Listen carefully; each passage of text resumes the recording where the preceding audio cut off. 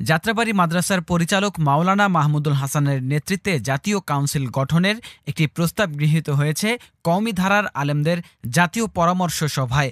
শনিবার দুপুর ২:৩০টায় যাত্রাবাড়ী বড় মাদ্রাসায় কওমি মাদ্রাসা শিক্ষা বোর্ড বেফাক ও আল হাইয়াতুল উলিয়া লিল জামিয়াতুল কওমিয়া বাংলাদেশের চেয়ারম্যান মাওলানা মাহমুদুল হাসানের সভাপতিত্বে অনুষ্ঠিত জাতীয় পরামর্শ সভায় এই প্রস্তাব গৃহীত হয়। জানা যায়, সভায় এই প্রস্তাবসহ মোট ৭টি প্রস্তাব গৃহীত হয়েছে।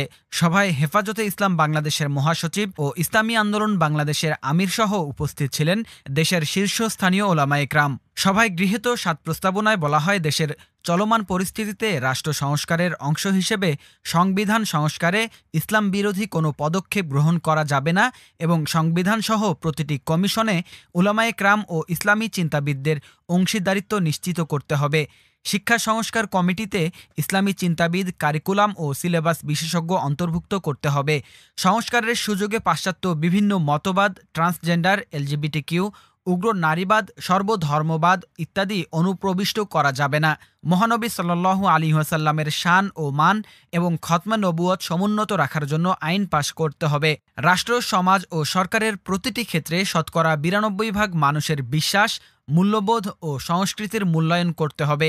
বাংলাদেশের যাবতীয় দ্বীনি কার্যক্রমের শরিয়া ভিত্তিক বিশ্লেষণ ও দিক নির্দেশনা প্রদানের জন্য মাওলানা মাহমুদুল হাসানের নেতৃত্বে একটি কাউন্সিল গঠন করা হবে। সভা শেষে প্রচারিত প্রস্তাবনাপত্রে আরও বলা হয়, আজকের জাতীয় পরামর্শ সভা থেকে প্রাপ্ত প্রস্তাবনাবলীর আলোকে ইসলামী অঙ্গনে ব্যাপক আকারে ঐক্যের রূপরেখা তৈরি করে কওমি মাদ্রাসার সর্বোচ্চ শিক্ষা বোর্ড আল হাইয়াতুল উলিয়ায় উপস্থাপন করা হবে।